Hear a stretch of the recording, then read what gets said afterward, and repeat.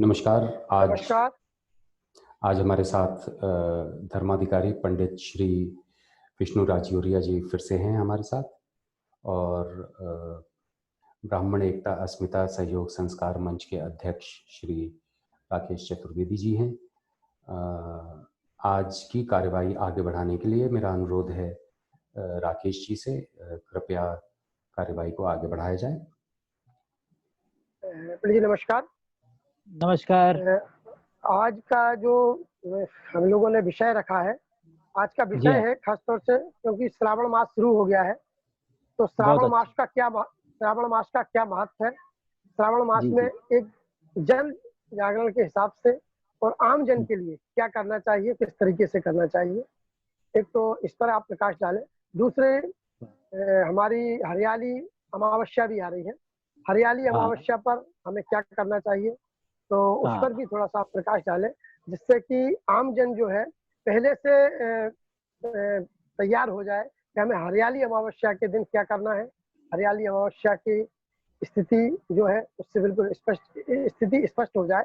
और अमावस्या जो अपना श्रावण मास है, श्रावण मास में प्रत्येक व्यक्ति को क्या करना चाहिए जिससे उसको लाभ मिले, तो मैं चाहूँगा कि उस पर आज आप प्रकाश डालें।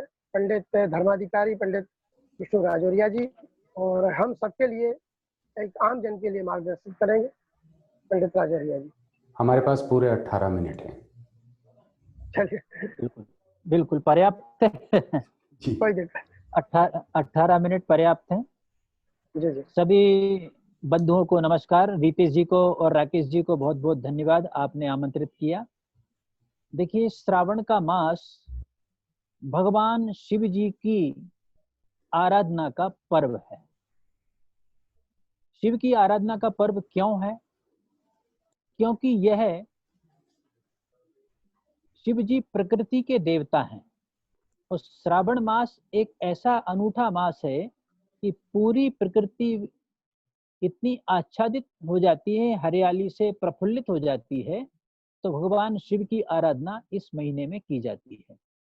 और आषाढ़ शुक्ल पक्ष में भगवान विष्णु शयन करने के लिए विश्राम में चले जाते हैं, तो अब उनका पूरा दायित्व भगवान शिव जी निर्वहन करते हैं। तो श्रावण मास में शिव जी की अर्चना का प्राधान्य शास्त्रों में बताया गया है।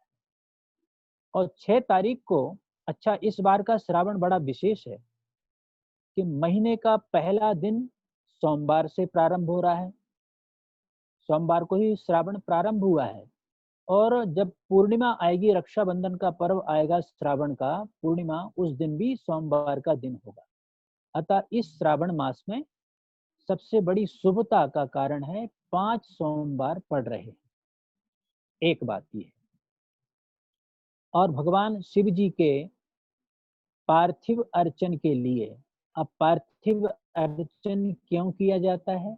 जैसा कि मैंने पहले कहा कि ये प्रकृति की अर्चना का पर्व है। शिव जो है इस ब्रह्मांड की प्रकृति है और प्रकृति के देवता हैं। उनकी अर्चना करने से हमें प्रकृति के सभी सद लक्षणों का, सद्गुणों का, सदरसों का, सबका स्वभाव प्राप्त होता है, उनकी कृपा प्राप्त होती है। इसलिए भगवान शिव को मृत्तिका से उनकी प्रतिमा बनाई जाती है, पाषाण से बनाई जाती है और प्रकृति के द्वारा प्रदत्त जल उनको चढ़ाकर हम प्रसन्न करते हैं, उनकी अर्चना करते हैं। प्रकृति द्वारा, गौ माता के द्वारा दिए दुग्ध से बने हुए पदार्थों से, पंचामृत से उनको स्नान करते हैं और प्रकृति के द्वारा, जीवों द्वारा दी हुई मधु उनको अर्पित करते हैं। और प्रकृति से पैदा हुए गन्ने से इक्षुरस या गुड़ का रस बनता है, गन्ने का रस बनता है, वो हम भगवान शिव को अर्पित करते हैं। और प्रकृति की सभी चीजें, जैसे बेल पत्र है, धतूर पुष्प है, धतूर फल है, अर्क पुष्प है, ये सब प्रकृति प्रदत्त वस्तुएं भगवान शिव को अत्यंत प्रिय होती हैं। तो ये प्रकृति को आह्लादित करने वाला, प्रकृति को प्रसन्न करने वाला, भगवान शिव को प्रसन्न करने वाला श्रावण का मास होता है और है, चल रहा है। तो सभी को इसका सदुपयोग करना चाहिए। अब प्रकृति को प्रसन्न करने का सबसे अच्छा उपाय क्या है कि आप प्रकृति को कुछ देकर जाएं।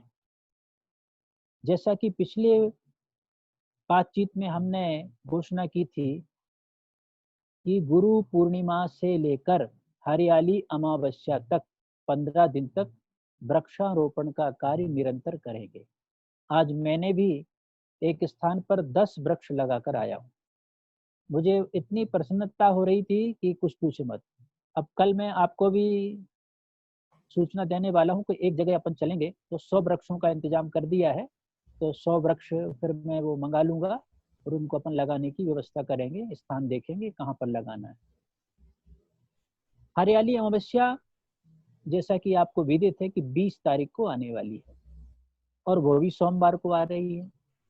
इतना मतलब सुंदर मुहूर्त, इतना अच्छा सुंदर महीना, और सोमवार से हर चीज सोमवार को मिल रही है। अमावस्या भी सोमवार को, पूर्णिमा भी सोमवार को, मतलब इतना दुर्लभ योग इस श्रावण मास में पड़ा है। तो जो वर्तमान में रोगाणु विषाणु चारों तरफ फैले हुए हैं, मुझे लगता है कि श्रावण में इनकी विदाई तय है। इस श्रावण की पूर्णिमा तक इनकी विदाई का कुछ ना कुछ शिव जी की कृपा से इंतजाम होना तय है। बस आप और हम अपनी जो प्रकृति के प्रति जिम्मेदारी है, नैतिक जिम्मेदारी है, इसका निर्वहन करें। इस श्रावण मास में पहली विशेषता मैंने बताई आपको कि 5 सोमवार पड़ रहे हैं और हरियाली अमावस्या भी सोमवार को पड़ रही है। रक्षाबंधन का पर्व भी सोमवार को पड़ रहा है। इस बीच में हमने जो तय किया था, गुरु पूर्णिमा से अमावस्या तक वृक्षारोपण का कार्य 15 दिवस तक विभिन्न समाजों को आमंत्रित करके करेंगे। तो मैंने आपके कई चित्र देख लिए हैं। आप तो तामिया घाटी तक वृक्षारोपण करके आ गए हैं, मुझे बड़ा आनंद आया उसको देखकर। छिंदवाड़ा सिवनी तक, हाँ, छिंदवाड़ा सिवनी तक आप वृक्षारोपण करे हैं, तो ये तो बहुत ही आह्लादित करने वाली बात है। और अब कल परसों फिर अपन यहाँ पर एक कार्यक्रम करना चाहेंगे। कल मैं आपसे चर्चा करूंगा, स्थान आपको तय करना है, वृक्षों का इंतजाम हो गया है, तो अपन वृक्षारोपण करेंगे।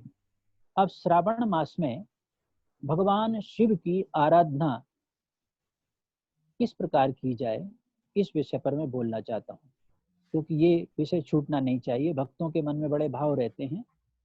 भगवान शिव की अर्चना बड़ी सरल भी होती है और अत्यंत कठिन भी होती है।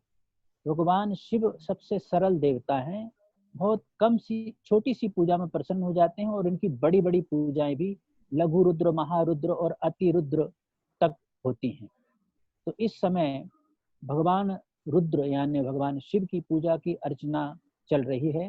तो नित्य अपने घर में जैसा भी बन सके, षोडशोपचार विधि नहीं हो तो पंचोपचार विधि से भगवान का पूजन अवश्य करें, जिससे भगवान शिव की सबको कृपा प्राप्त हो।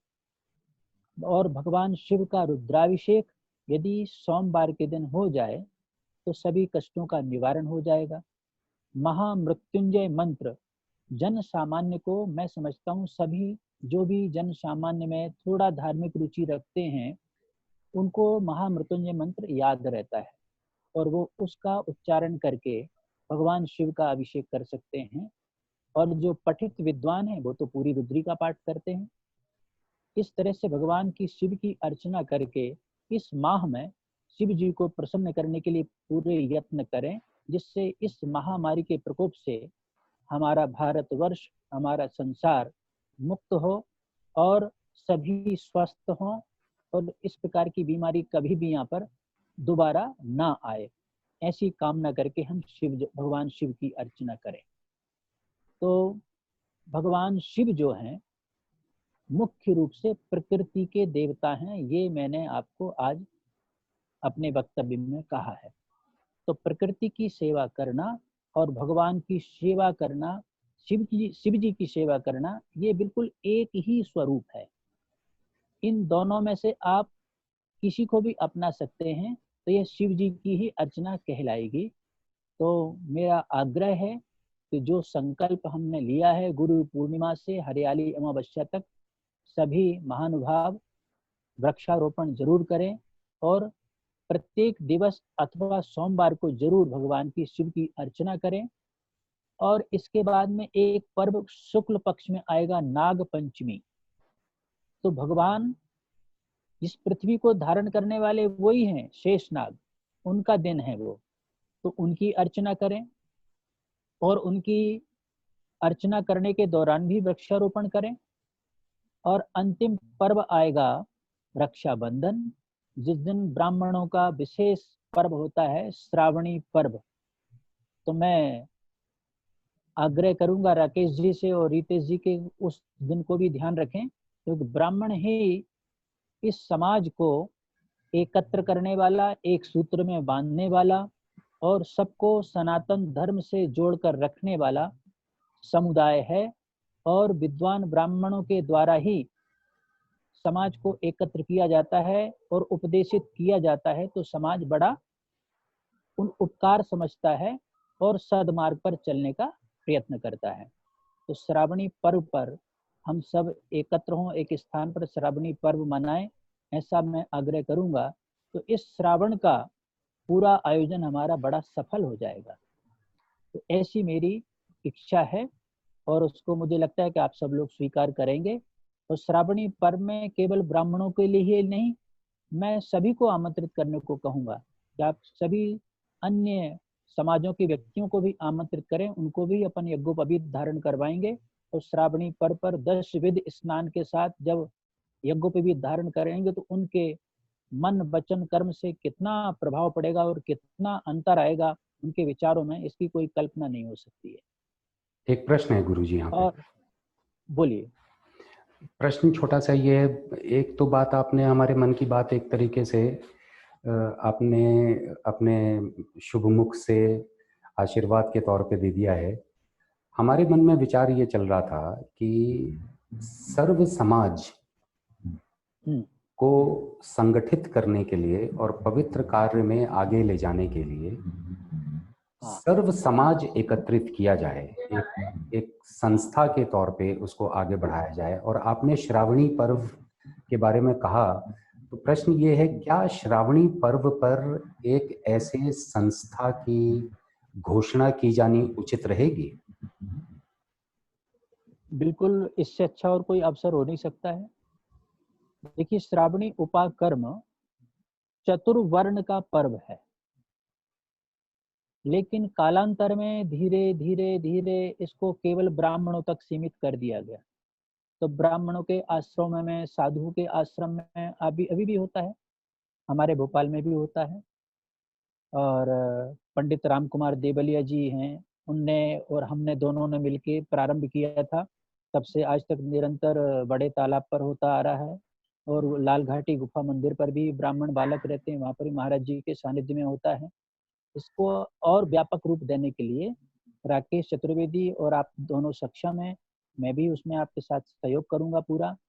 तो सभी समाजों को बुलाकर इसमें अपने को एकत्र करना चाहिए। जैसा रितेश जी ने कहा कि हमको एक नई ऊर्जा संस्था ऐसी कोई घोषणा करनी चाहिए जो इस कार्य को और आगे बढ़ाए और निरंतर आने वाले समय में, आने वाले वर्षों में, जो पूरे वर्ष में हमारे अनेक धार्मिक पर्व आते हैं, उनके प्रति जागृति पैदा हो और सर्व समाज एकत्र हो। ये सभी सनातन धर्मावलंबी हमारे बंधु हैं, इनको हम केवल ब्राह्मणों के लिए काम करते रहेंगे तो अन्य सब बंधु हमसे बिछुड़ जाएंगे। इसलिए हमको सर्व समाज के लिए कार्य करना चाहिए और उनको भी हमारे अच्छे संस्कारों से और उनके जो आधार हैं उनको उपलब्ध कराना चाहिए, उनको सम्मान मिलना चाहिए। ये हमारा प्रयत्न हमेशा रहेगा। तो राकेश जी भाई साहब, आपके लिए तो एक बहुत बड़ी चुनौती आ गई है सामने। नहीं, आपको मालूम है भाई साहब कि अपन करीब 7 साल से शीतल दास की बगिया पे जो श्रावणी पर्व का कार्यक्रम है वो करते ही है। मुझे मालूम है करते हैं, लेकिन अभी केवल ब्राह्मण। हाँ, अभी श्रावणी पर्व का जो कार्यक्रम रखते थे वो केवल ब्राह्मणों के लिए हुआ करता था। मगर इस बार जो बात आपने रखी है कि ये सर्व समाज के लिए होना चाहिए, तो अपन निश्चित है कि अपन ने जो ग्रुप बनाया है सर्व समाज का, उस ग्रुप में सबको मैसेज करते हैं, 1-2 बैठ के करते हैं उसके लिए, और उन लोगों को भी हाँ। उसमें आमंत्रित करते हैं कि आप लोग भी सब सादर आमंत्रित हैं। और जिस हाँ। हिसाब से अपने पूरी विधि विधान से अपन करवाते हैं श्रावणी पर्व का हाँ। कार्यक्रम जो रखते हैं, उसी में उनको हाँ। शामिल किया जाएगा। तो हो सकता है बिल्कुल। कि एक नया उस समय देवलिया जी वहाँ पहुंची जाते हैं, आप भी पहुंचते ही हैं। हाँ। तो उसको हाँ। थोड़ा सा ये है कि अभी तक अपन केवल तालाब के किनारे पे बैठते थे, अब जिस हिसाब हाँ। से सोशल डिस्टेंस वाली बात आ रही है, तो अपन हाँ। ये हनुमान मंदिर की तरफ और उस तरफ जो ऊपर जो है, उन सीढ़ियों पे भी इसको हाँ। कर सकते हैं। या हाँ, पर्याप्त इसके है। लिए जैसे वो शीतल दास की बगिया क्या है, लगातार अपन हर वर्ष वहाँ करते आ रहे हैं। हाँ, वो जिधर तो एक वैसे ट्रेंगल है वहाँ पर, ट्रेंगल में अपन सीढ़ियों पर बैठ जाएंगे, ऊपर तक बैठ जाएंगे और अंदर भी बिछा देंगे, थोड़ा सा छोटा सा माइक लगा लेंगे। तो माइक मेरे जो पास है, शासन के, तो हाँ, माइक मेरे शासन पास के है तो मैं नियम लेके का आ जाऊंगा। भंग, अभी अपन शासन के किसी भी नियम का भंग नहीं करेंगे, जो उस समय नियम होंगे उनका प्रतिपालन करेंगे। बिल्कुल बिल्कुल ठीक है। तो उससे हाँ। एक काम करते हैं, उसका पहले से मैसेज कर देते हैं कि सर्व समाज के हाँ। लोग वहाँ पहुंचे, और जो लोग हाँ। पहुंचते हैं तो उनको बिल्कुल विधि हाँ। विधान से दशविधि से जैसा अपन हाँ, 10 विधि स्नान कराएंगे उनको, बिल्कुल बिल्कुल बिल्कुल। ठीक है ना। तो उसके देखिए, लिए अपन वो कर लेते हैं। 10 विधि स्नान करने से वर्ष पर्यंत हमारे द्वारा जाने अनजाने में जो भी गलतियां हो जाती हैं, जो भी ऐसे कार्य हो जाते हैं जिनसे हमको पाप के वशीभूत होना पड़ता, उन सब का सब नष्ट हो जाते हैं और पुनः हम नई ऊर्जा को प्राप्त करते हैं आने वाले समय के लिए, और पवित्र हो जाते हैं। मन और वचन कर्म से पवित्र होने से फिर व्यक्ति अपने कार्यों को और ज्यादा अच्छे ढंग से कर सकता है और लक्ष्य को प्राप्त कर सकता है। जैसे अपन हर बार 9 बजे रखते हैं कार्यक्रम, तो समय वही हाँ, रखें तो उसको आगे पीछे करें, या कोई आपको समय ठीक है, 8 और 9 ठीक है, समय इतने पर्याप्त है, इतने ज्यादा लेट नहीं करना चाहिए। हाँ ठीक है ना। तो वही 8 हाँ। 8:30 का रख देते हैं। हाँ, तो एक डेढ़ क्या घंटे का कार्यक्रम रहता है, 1 डेढ़ घंटे जी जी में जी सब लोग आराम से हाँ। निवृत्त हो तो जाएंगे। एक काम करते हैं, फिर 8 बजे का डिक्लेयर कर देते हैं, 8:30 तक अपन हर बिल्कुल। हालत में स्टार्ट करके उसको हाँ, अपन उसको बिल्कुल। कर लेते हैं। हाँ, तो ठीक है, अपन उसकी लोग सूचना 7:30 पहुंच जाएंगे, 7:30 पे अपन जी तैयारी कर लेंगे, सबको जी 8 जी बजे बुलाइए तो उसको हो जी जी जाएगा, बहुत अच्छा हो जाएगा। ठीक है। तो उस हिसाब से कर हाँ। देते हैं, उसकी भी एक सूचना सबको जारी कर देते हैं, और उसका हाँ। कार्यक्रम अपन रख लेते हैं। और कल का जो हाँ। आप बोल रहे हैं वृक्षारोपण का, तो जहाँ का भी हाँ। हो, वैसे कोशिश हमारी ये है कि डेली कहीं ना कहीं वृक्षारोपण अभी कर रहे हैं, मगर अब उसकी हर हाँ, डेली की विज्ञप्ति इसलिए नहीं भेजना उचित समझ रहे हैं, क्योंकि या तो बड़े रूप नहीं, में हो। विज्ञप्ति विज्ञप्ति से इतना फर्क नहीं पड़ता, अपना मूल काम अपन को करना है। बस जी जी। तो उस हिसाब से ये अभी करवा रहे हैं, तो ठीक हाँ। है, इसको देख लेते हैं। और देखते हैं यदि हाँ। जैसे ये संडे टोटल हाँ। लॉकडाउन उन्होंने रखा है, अगले हाँ। संडे भी यदि कोशिश होती है, तो जो हम साकेत हाँ। नगर का बोल रहे थे, या एक बीएचईएल में एक स्थान है तालाब के किनारे, तो वहाँ पे हम सोच हाँ रहे तो हैं करीब करीब उसके किनारे हाँ हम तो सोच रहे हैं बीएचईएल, 1000 पेड़ लगवाने। हाँ तो अच्छा, बहुत अच्छा है, बहुत अच्छा है। हाँ, तो उसका प्लान यही है कि वहाँ पे भी सब लेकिन समाज के लोगों को एक बुलाया जाए। एक एक साथ 1000 लोग बुलाना अभी बड़ा खतरे से खाली नहीं है, ऐसा तो नहीं, थोड़ा ये सा ध्यान रखना कम से 1000 वृक्ष लगाना, 1000 वृक्ष लगाना, हाँ, लोग वृक्ष नहीं, लगाने के लिए। एक हाँ, लोग। वृक्ष लगाने हाँ, की लोग, बात है। लोगों की संख्या कम रखें लोगों कि। की संख्या, समाज के जो विशिष्ट जन है उनको आमंत्रित कर लें, वहाँ की हाँ। क्षेत्रीय विधायक को भी आमंत्रित कर लें, सांसद हाँ, रहती हैं तो उनको भी आमंत्रित कर दें, कोई दिक्कत नहीं। बिल्कुल बिल्कुल। माने जनप्रतिनिधियों को भी अपन आमंत्रित कर देंगे, कोई दिक्कत नहीं है। हाँ। जो पहुंचते हैं हाँ, ठीक है, नहीं पहुंचते हैं कोई बात नहीं। नहीं नहीं, सबका स्वागत है, जब भी आए तब स्वागत है। जी जी जी। अपन तो इस हिसाब निरंतर से कार्यक्रम करेंगे तो जब भी जो आएगा उनका स्वागत करें। बिल्कुल बिल्कुल बिल्कुल, बिल्कुल। बस यही हमारा उद्देश्य था। और क्या है कि हाँ। इस हफ्ते में अपनी एक भी वीडियो अपना जारी नहीं हो पाया था, क्योंकि 2-3 दिन के हाँ। लिए हम भी सिवनी और वो छिंदवाड़ा साइड वहाँ हाँ। निकल गए थे। हाँ, वहाँ पे क्या है, सामाजिक बैठक भी थी। समाचार देख हाँ, बहुत अच्छा सामाजिक लगा। बैठक भी हो गई वहाँ पे, और अपना पर्यावरण और जो जलवायु की बात थी, वो भी उनके बीच हाँ। में रखी, और वहाँ के लोगों ने बहुत अच्छी तरीके से इस बात को स्वीकार किया। जैसे बहुत सिवनी अच्छा। के जिलाध्यक्ष दुबे जी हैं, आलोक दुबे जी, जैसे हाँ। उनकी बैठक हुई और बैठक में उन्होंने बुलाया, और जैसे उनको हाँ, बोला गया तो सुबह सुबह उन्होंने पूरी व्यवस्था करवा दी, बाकायदा गड्ढे बहुत अड्डे अच्छा। पहले से भी तैयार हो गए थे। तो इस बहुत तरीके अच्छा। से बहुत अच्छा आयोजन वहाँ का हो गया। और सबसे बड़ी बात ये हाँ। हो गई कि वहाँ पे वो रेगुलर कर रहे हैं। कल परसों हाँ। शायद वो 1000 वृक्ष लगा रहे हैं, आज उनके वृक्ष आ वाह, चुके हैं। और बहुत अच्छा, उन्होंने बधाई के पात्र हैं। वहाँ के जो पूर्व विधायक हैं, तो उनको जिस हिसाब से हम लोगों ने बताया कि आपको अपने नक्षत्र का पेड़ लगाना चाहिए।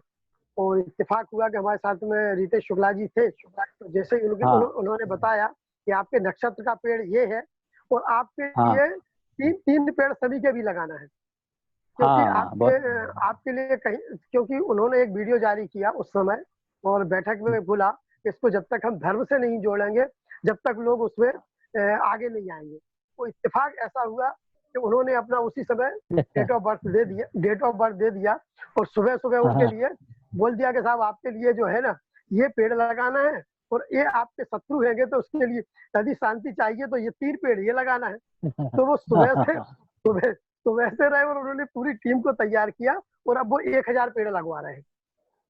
धर्म कैसे छूट सकता है? अपने 4 पुरुषार्थ हैं। सबसे पहला है धर्म, फिर आता है अर्थ, काम और मोक्ष। तो धर्म तो पहले पुरुषार्थ है, तो धर्म को जो भी विमुक्त हो जाएगा धर्म से, और बाकी तीनों को तो प्राप्त कर ही नहीं सकता वो। जी। तो मैंने ये बहुत अच्छा वहाँ का वो कार्यक्रम रहा और अच्छी चीज है कि मैंने वो रेगुलर चल रहा है वहाँ पे। तो उनको भी हमने हरियाली महोत्सव का बोला है कि हरियाली महोत्सव पे एक बड़ा आयोजन करो, तो हो सकता है कि वहाँ के सांसद जी भी उसमें शामिल रहेंगे। उनको भी मैं बोल के आया हूँ, तो लगता है कि मैंने वो आयोजन वहाँ पे बहुत अच्छा चलेगा। बहुत अच्छा। तो अब जो कल के रूपरेखा बना लें, तो फिर कल थोड़ी सी देर अपन बैठ जाएंगे, तैयारी कर लेंगे।